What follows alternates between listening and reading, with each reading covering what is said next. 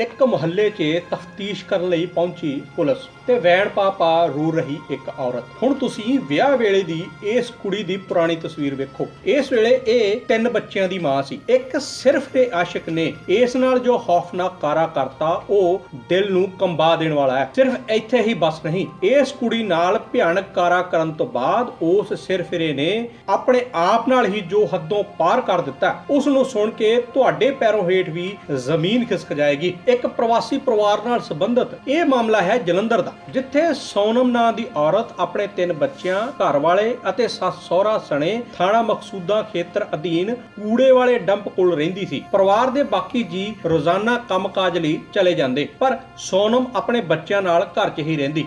ਦੂਜੇ ਪਾਸੇ ਸ਼ਿਵਨਗਰ ਇਲਾਕੇ ਦਾ ਰਹਿਣ ਵਾਲਾ ਰਾਧੇ ਨਾਂ ਦਾ ਨੌਜਵਾਨ ਸੋਨਮ ਦੇ ਸਹੁਰੇ ਦੇ ਨਾਲ ਇਕੱਠੇ ਕੰਮ ਕਰਦਾ ਸੀ, ਜਿਸ ਕਰਕੇ ਉਸ ਦਾ ਸੋਨਮ ਦੇ ਘਰ ਆਉਣਾ ਜਾਣਾ ਸੀ। ਅਚਾਨਕ ਇੱਕ ਦਿਨ ਮੁਹੱਲੇ ਦੀ ਕੁੜੀ ਸੋਨਮ ਦੇ ਘਰ ਵਾਲੇ ਦੀ ਫੈਕਟਰੀ ਪਹੁੰਚ ਕੇ ਉਸ ਨੂੰ ਸੂਚਨਾ ਦਿੰਦੀ ਹੈ।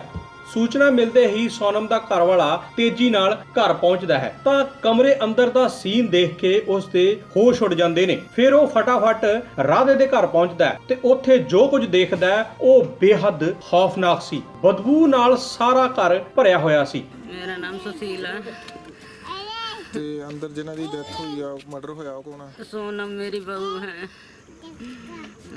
ਕਿਹਦੇ ਵੱਲੋਂ ਮਰਡਰ ਕੀਤਾ ਗਿਆ? मेरे को नहीं पता, वो आता जाता था। अब ये दोनों में पता नहीं क्या हुआ क्या नहीं हुआ। ये दोनों घर में आती है, कुंडा लगा लिया। ये बच्ची बोली है कुंडा लगा लिया, हम लोग की चीज़ दिया खाने के लिए। पता नहीं किस चीज़ से पटक के क्या, ये बच्ची से पूछ लो, मेरे को नहीं पता पाजी। ये बच्ची ਕੀ ਨਾਮ ਆ ਉਹਦਾ ਜਿਹਨੇ ਮਰਡਰ ਕੀਤਾ? राधे, वो कहाँ पे? वो भी करंट लगा को भी मर गया शायद। ਆਪਸੀ ਉਹਨਾਂ ਦਾ ਪਹਿਲੇ ਝਗੜਾ ਹੋਇਆ? नहीं कुछ नहीं, हम लोग तो काम पे चले गए थे, घर वाला चला गया था। मैं भी घर वाले फोकल पॉइंट करती हूँ, मैं लेदर कंप्लेस करती हूँ। लड़का जो डोगरा पाजी लॉन्ड्री में काम करता था। ਜਿਹੜੀ ਲੜਕੀ ਦਾ ਮਰਡਰ ਹੋਇਆ ਕੰਮ ਕੀ ਕਰਦੀ ਸੀ? वो घर पे रहती थी, रोटी पानी बनाती थी। अभी हफ्ता 10 दिन हुआ गुजरात घूमने गए थे अपनी मौसी के पास। दोनों उसका बच्चे पति कहाँ पर है? उधर लिया के गए सब लोग।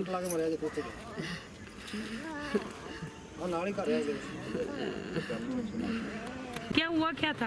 पता नहीं मैम, मैं तो काम पे था तो ये मोहल्ले की एक लड़की आके बोलती है अंकल आपके दोनों बच्चे बाहर बैठ के रो रहे हैं। तो मैं कहा क्या हुआ? कहती है आंटी नहीं उठ रही है।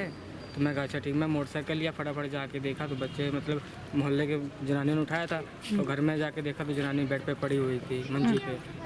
तो देखा सांस कुछ नहीं चल रही थी और यहाँ पे भी चोट लगा था। फिर मैं अपनी गुड़िया से पूछा, मैं कह क्या हुआ? तो बोलती है राधे चाचू ने मम्मी का गला दबा दिया और पटक के दीवार में लड़ा दिया।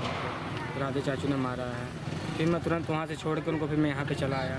तो यहाँ पे देखा इसके घर में बाहर से भी कुंडी लगी थी और अंदर से भी कुंडी लगी थी। तो एक लड़के को मैं बोला कि बगल से जाके कुंडी खोलो, अंदर देखते हैं क्या। तो मेन गेट उसने खोला, अंदर जाके देखे तो कुछ स्मेल आ रही थी गंदी सी। तो हमने बोला कि रहने दो, अंदर का गेट नहीं खोलना है, हम बाहर आते हैं। जब पुलिस आ जाएगी तब हम अंदर कोई बात नहीं तब देखेंगे। कि ना था आपस ਦੇ ਵਿੱਚ कुछ सीगा? पता नहीं मैम, मुझे तो नहीं। वैसे घर पे आता जाता था, वैसे मैं तो पूरी दिहाड़ी काम पे ही रहता था। मेरा का ड्यूटी 9 बजे जाता था, तो 2 बजे खाना खाने आता था, आधे घंटे में 2:30 बजे घर से हाँ काम पे आता था।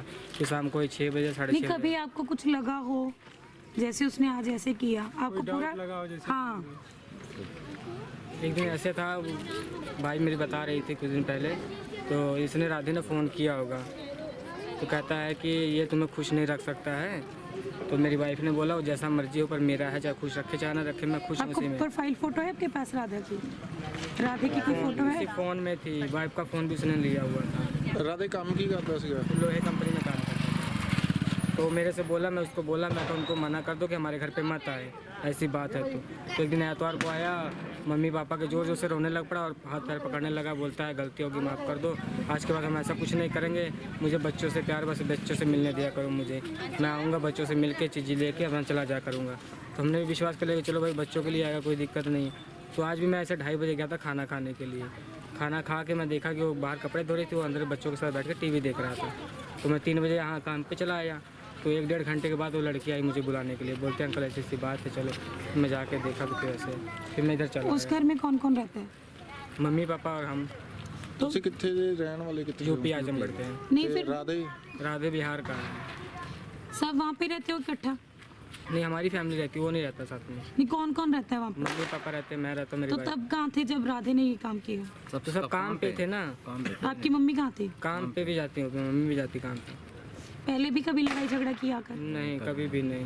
ਇਸ ਮਾਮਲੇ ਨੂੰ ਲੈ ਕੇ ਪੁਲਿਸ ਦਾ ਕਹਿਣਾ ਹੈ ਕਿ ਉਹ ਗਹਿਰਾਈ ਨਾਲ ਤਫਤੀਸ਼ ਕਰ ਰਹੀ ਹੈ ਤੇ ਤਫਤੀਸ਼ ਕਰਨ ਤੋਂ ਬਾਅਦ ਜੋ ਤੱਥ ਸਾਹਮਣੇ ਆਉਣਗੇ ਉਸ ਮੁਤਾਬਕ ਅਗਲੀ ਕਾਰਵਾਈ ਕੀਤੀ ਜਾਏਗੀ। ਇਹਨਾਂ ਦਾ ਆਪਸ 'ਚ ਕੋਈ ਕਨੈਕਸ਼ਨ ਹੈ? ਇਹ ਬੇਸਿਕਲੀ ਸ਼ਾਮੀ ਸਾਨੂੰ ਇਨਫੋਰਮੇਸ਼ਨ ਮਿਲੀ ਸੀਗੀ ਐਸਐਚਓ ਡਿਵੀਜ਼ਨ ਨੰਬਰ 1 ਨੂੰ ਕਿ ਇੱਥੇ ਇੱਕ ਬੰਦਾ ਮਰਿਆ ਹੋਇਆ ਹੈ।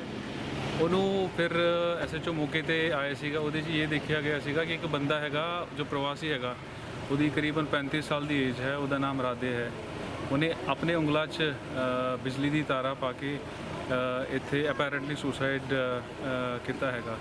ਉਹਨੂੰ ਫਰਦਰ ਥੋੜ੍ਹਾ ਜਿਹਾ ਅਸੀਂ ਇਨਕੁਆਇਰ ਕਰ ਰਹੇ ਸੀਗੇ, ਸਾਨੂੰ ਇਹ ਪਤਾ ਚੱਲਾ ਕਿ ਜਿਹੜਾ ਬਸਤੀ ਬਾਵਾ ਖੇਲ ਥਾਣਾ ਹੈ ਉਹਦੇ ਏਰੀਆ 'ਚ ਇੱਕ ਲੇਡੀ ਦਾ ਮਰਡਰ ਹੋਇਆ ਹੈ ਪ੍ਰਾਈਮਾ ਫੇਸੇ, ਐਂਡ ਇਹ ਉਹਦਾ ਅਸੇਲੈਂਟ ਹੈ।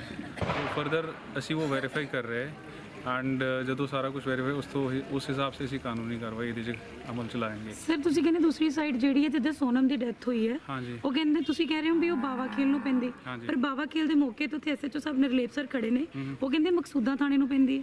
ਨਹੀਂ ਚਲੋ I am not sure about that, ਉਹ ਇੱਕ ਵਾਰੀ ਉਹ ਕਨਫਰਮ ਹੋ ਜਾਊਗਾ ਕਿ ਬੇਸਿਕਲੀ ਏਰੀਆ ਕਿਹਦਾ ਪੈਂਦਾ ਹੈ, ਉਸ ਹਿਸਾਬ ਸੇ ਜਿਹੜਾ ਕੰਸਰਨ ਥਾਣਾ ਹੈ ਉਹ ਕਾਰਵਾਈ ਸਰ ਕਰੇਗਾ। ਰਾਧੇ ਤੇ ਸੋਨਮ ਦਾ ਆਪਸ 'ਚ ਕੋਈ ਲਿੰਕਅਪ ਸੀਗਾ? ਅਸੀਂ ਵਹੀ ਐਸਟੈਬਲਿਸ਼ ਕਰਨ ਦੀ ਕੋਸ਼ਿਸ਼ ਕਰ ਰਹੇ ਕਿ ਇਹਨਾਂ ਦਾ ਕੋਈ ਆਪਸ 'ਚ ਰਿਸ਼ਤਾ ਸੀਗਾ ਜਾਂ ਕੋਈ ਅਫੇਅਰ ਸੀਗਾ ਜਾਂ ਜੋ ਵੀ ਹੈਗਾ ਉਹ ਮਤਲਬ ਸਾਹਮਣੇ ਆ ਜਾਊਗਾ ਆਫਟਰ ਵੈਰੀਫਿਕੇਸ਼ਨ। ਸਰ ਸੋਨਮ ਦੀ ਸੱਸ ਦਾ ਕਹਿਣਾ ਹੈ ਕਿ ਉਹ ਅਕਸਰ ਘਰੇ ਆਉਂਦਾ ਜਾਂਦਾ ਸੀਗਾ, ਉਹਨਾਂ ਦੇ ਸੋਨਮ ਦੇ ਸਹੁਰੇ ਦੇ ਨਾਲ ਜੋਬ ਵੀ ਇਕੱਠੇ ਹੀ ਕਰਦੇ ਸੀਗੇ। ਵਹੀ ਅਸੀਂ ਪ੍ਰੀਲਿਮਿਨਰੀ ਤੌਰ ਤੇ ਇਨਕੁਆਇਰੀ ਇਨਵੈਸਟੀਗੇਸ਼ਨ ਕਰ ਰਹੇ, ਜਿਹੜੀਆਂ ਵੀ ਗੱਲਾਂ ਹੋਣਗੀਆਂ ਔਨ ਰਿਕਾਰਡ ਲਈ ਜਾਣਗੀਆਂ ਐਂਡ ਉਸ ਹਿਸਾਬ ਸੇ ਅਸੀਂ ਕਾਰਵਾਈ ਕਰਦੇ ਹਾਂ। Thank you sir. Thank you. ਖੈਰ ਥਾਣਾ 1 ਤੇ ਥਾਣਾ ਮਕਸੂਦਾਂ ਦੀ ਪੁਲਿਸ ਨੇ ਦੋਹਾਂ ਦੀਆਂ ਲਾਸ਼ਾਂ ਨੂੰ ਪੋਸਟਮਾਰਟਮ ਲਈ ਭੇਜ ਦਿੱਤਾ ਹੈ ਤੇ ਅਗਲੀ ਕਾਰਵਾਈ ਸ਼ੁਰੂ ਕਰ ਦਿੱਤੀ ਹੈ। ਹਕੀਕਤ ਟੀਵੀ ਪੰਜਾਬੀ ਲਈ ਜਲੰਧਰ ਤੋਂ ਦਵਿੰਦਰ ਕੁਮਾਰ ਦੀ ਰਿਪੋਰਟ। ਅੱਜ ਤੱਕ ਅਨੇਕਾਂ ਦੁਖੀ ਭੈਣ ਭਰਾਵਾਂ ਦੇ ਉਜੜੇ ਘਰਾਂ ਨੂੰ ਵਸਾਉਣ ਵਾਲੇ ਗਰੀਬਾਂ ਤੇ ਲੋੜਵੰਦਾਂ ਦੇ ਸੱਚੇ ਹਮਦਰਦ ਬਾਬਾ ਆਜ਼ਮ ਖਾਨ 9815 30410 ਪਤਾ ਲੁਧਿਆਣਾ। ਤੁਹਾਡੀ ਤਕਦੀਰ ਕਦੋਂ ਬਦਲੇਗੀ? ਕੀ ਤੁਹਾਨੂੰ ਤੁਹਾਡਾ ਸੱਚਾ ਪਿਆਰ ਮਿਲੇਗਾ ਜਾਂ ਨਹੀਂ? ਲਾਟਰੀ ਤੋਂ ਧਨ ਮਿਲੇਗਾ ਜਾਂ ਨਹੀਂ? ਸੱਚਾਈ ਜਾਣੋ, ਵਸ਼ੀਕਰਨ ਕਰਵਾਓ, ਮਨ ਚਾਹ ਪਿਆਰ ਆਪਣੇ ਵਾਸ ਚ ਕਰੋ। ਪਰੇਸ਼ਾਨੀ ਜਿਵੇਂ ਖੋਇਆ ਪਿਆਰ ਵਾਪਸ ਪਾਉਣਾ, ਪ੍ਰੇਮੀ ਪ੍ਰੇਮਿਕਾ ਚ ਝਗੜਾ, ਤਲਾਕ ਕੇਸ, ਸੌਤਨ ਦੁਸ਼ਮਣ ਤੋਂ ਛੁਟਕਾਰਾ, ਵਿਦੇਸ਼ ਯਾਤਰਾ ਜਾਂ ਵਿਦੇਸ਼ ਚ ਪੱਕਾ ਹੋਣਾ, ਕਰਜ਼ੇ ਤੋਂ ਮੁਕਤੀ, औलाद सुख, प्यार च धोखा खा चुके प्रेमी प्रेमिका एक बार जरूर संपर्क करो। मैं तुहाडा प्यार नहीं टुटन देवांगा।